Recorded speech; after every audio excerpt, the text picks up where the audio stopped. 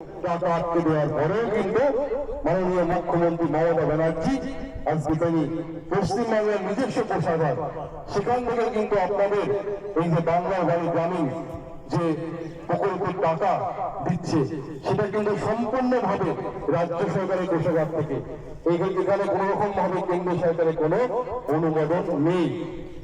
আজকে আপনারা এই যে অনুমোদন পত্র আপনাদের হাতে তুলে দেওয়া হবে এবং একটা শুভেচ্ছা বার্তা মাননীয় মুখ্যমন্ত্রী মমতা ব্যানার্জি আপনাদেরকে পাঠিয়েছেন, সেটা আপনারা নিয়ে যাবেন। আজকে সন্ধ্যার মধ্যে আপনারা কিন্তু প্রতিটা অ্যাকাউন্টে আপনাদের যে বাংলার বাড়ি প্রকল্পের যে 7,000 টাকা আজকে সন্ধ্যার মধ্যে কিন্তু আপনাদের অ্যাকাউন্টে ঢুকে যাবে।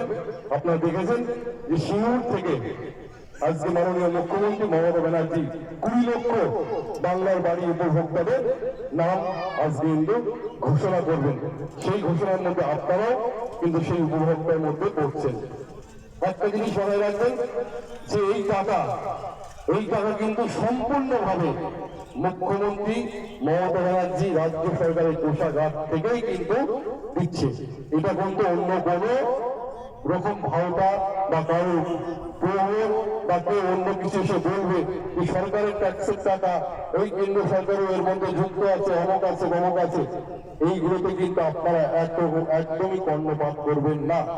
এটা মাননীয় মুখ্যমন্ত্রী মমতা ব্যানার্জি নিজের উদ্যোগ, নিজে রাজ্য সরকারের কোষাগার থেকে কিন্তু আপনাদের যে টাকা বাংলার বাড়ির যে গ্রামীণ প্রকল্পের টাকা আপনাদের অ্যাকাউন্টে সরাসরি কিন্তু আপনাদের অ্যাকাউন্টেই টাকাটাকে ঢুকাচ্ছে। এখানে কোনো দালাল নয়, এখানে কাউকে ঘুষ দেবেন না, এখানে কেউ যদি বলে যে ঘর আটকে যাবে একদম বিশ্বাস করবেন না। এই অনুমোদন পত্র পেয়ে গেলেন মানে আপনার অ্যাকাউন্টে 7,000 টাকা ঢুকে যাবে। যদি কোনো রকম সমস্যা আপনার অ্যাকাউন্টে হয় এই অনুমোদন পত্র নিয়ে আমাদের পঞ্চায়েত গ্রাম পঞ্চায়েত যে গ্রাম পঞ্চায়েত অফিসে আসবেন, না হলে বিডিও অফিসে যাবেন, এই অনুমোদন পত্র আপনারা দেখাবেন, সেই মাধ্যমেই কিন্তু আপনারা সমস্যার সমাধান হবে।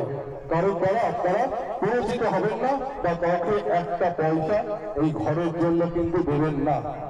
একটা জিনিস আপনারা মাথায় নিয়ে নেবেন, এই অনুমোদন পত্র পেয়ে যাওয়ার পর থেকে কিন্তু আপনারা বাড়ি গিয়ে বালি পাথর কিনে কিন্তু ঘরটা শুরু করবেন।